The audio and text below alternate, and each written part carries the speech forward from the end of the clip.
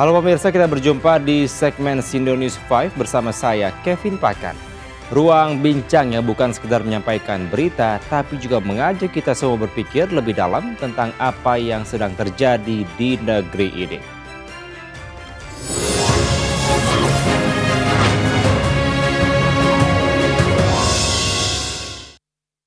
Presiden Republik Indonesia Prabowo Subianto tiba di London, Inggris. Di sana, Prabowo menggelar pertemuan dengan Perdana Menteri Inggris, Keir Starmer, dan juga Raja Charles III. Presiden Republik Indonesia Prabowo Subianto tiba di London, Inggris dalam rangka kunjungan kerjanya. Setibanya di Inggris, Prabowo disambut sejumlah Menteri Kabinet Merah Putih yang telah tiba terlebih dulu jajaran KBRI London, serta mahasiswa dan diaspora Indonesia yang tengah menempuh pendidikan di Inggris. Prabowo berada di Inggris untuk menggelar pertemuan dengan Perdana Menteri Inggris Keir Starmer, membahas sejumlah kerjasama strategis antara Indonesia dan Inggris. Selain itu, Presiden Prabowo juga akan bertemu dengan Raja Charles III. Salah satu agenda utama dalam pertemuan itu adalah pembahasan isu pelestarian alam dan lingkungan hidup.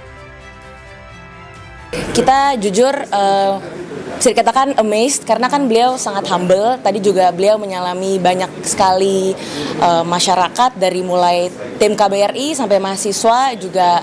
Ya kita merasa senang gitu karena kami sudah menyambut beliau dan beliau akhirnya balik menyambut kami dengan baik. Pemirsa, Bupati Pati Sudewo tiba di KPK usai ditangkap saat operasi tangkap tangan. Sudewo tiba di Komisi Pemberantasan Korupsi sekitar jam setengah 11 siang tadi. Begitu tiba, Sudewo langsung masuk ke ruang pemeriksaan. Selain Sudewo, ada 15 orang lain yang ikut diamankan. Sudewo tertangkap tangan oleh penyidik KPK berkaitan dengan dugaan jual beli jabatan perangkat desa di Kecamatan Jaken, Kabupaten Pati.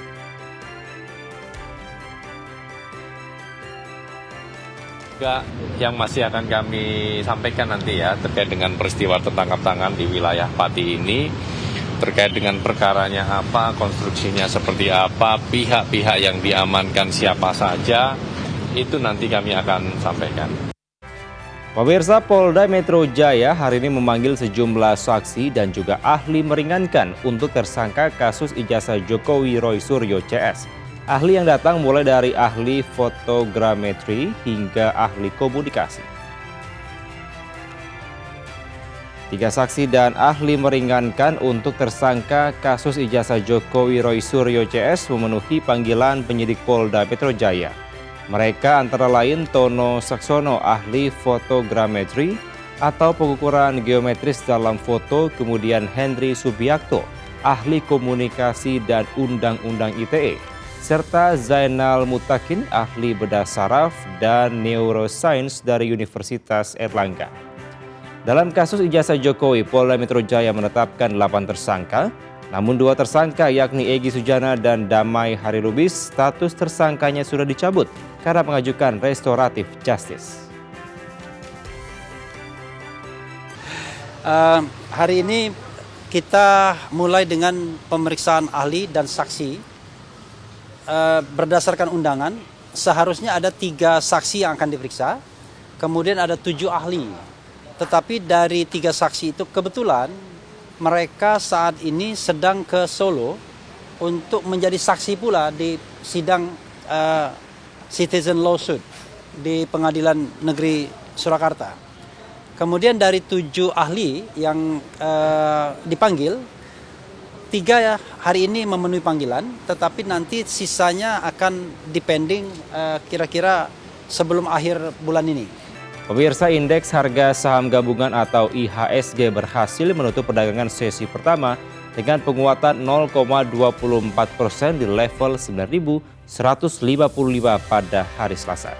Pencapaian ini sekaligus mencetak rekor tertinggi sepanjang masa, membuktikan bahwa pasar modal Indonesia tetap optimis meski realitas seringkali meminta rasionalitas.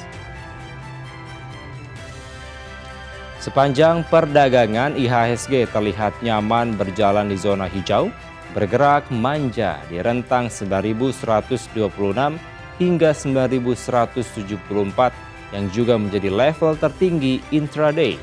Sebuah pergerakan elegan yang menunjukkan bahwa grafik saham kini lebih percaya diri daripada sebagian investor retail yang masih menunggu waktu yang tepat.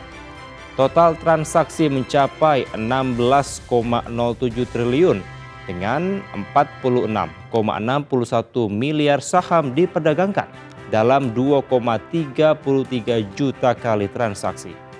Sebanyak 382 saham menguat, 287 saham melemah, dan 131 saham memilih diam. Mungkin sedang mengamati atau sekedar menunggu sentimen baru untuk ikut pesta. Sektor perindustrian, properti, dan konsumen primer menjadi motor penguatan IHSG dengan kenaikan hingga di atas 1%. Sementara itu saham-saham big caps kembali menunjukkan dominasinya, mengajak IHSG naik ke level tertinggi sekaligus mengingatkan bahwa pasar saham masih setia pada prinsip lama yang besar, tetap menentukan arah.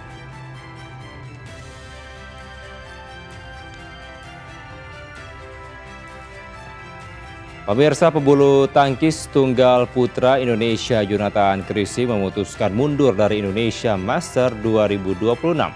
Keputusan ini diambil bukan karena cedera, bukan pula karena kalah sebelum bertanding, melainkan karena tubuh dan pikiran Jojo dinilai sudah perlu mendapatkan hak asasi untuk beristirahat sejenak. Jojo menegaskan kondisinya sebenarnya baik-baik saja, namun setelah 2 turnamen BWF beruntun dengan intensitas yang tinggi, ia memilih mendengarkan suara tubuhnya daripada suara target, ambisi, atau keinginan netizen yang mau juara setiap minggu tanpa libur. Dengan berat hati, Jojo mengundurkan diri dari Indonesia Master yang digelar di Istora, tempat sakral yang sering menjadi arena antara harapan besar dan juga realitas fisik atlet. Slot pertandingan Jojo pun kini kosong, menunggu takdir baru. Sementara PBSI masih mencari kata-kata paling aman untuk menjelaskan keputusan tersebut. Jojo pun memohon maaf kepada para penggemar dan berjanji akan kembali ke Istora pada Indonesia Open 2026 bulan Juni mendatang. Sebuah janji yang disertai doa, pemulihan otot, dan harapan agar tubuh atlet tidak lagi diperlakukan seperti mesin produksi, gelar tanpa tombol jeda. Di balik setiap kebijakan ada konsekuensi, dan di balik setiap headline ada harapan publik yang tak boleh diabaikan.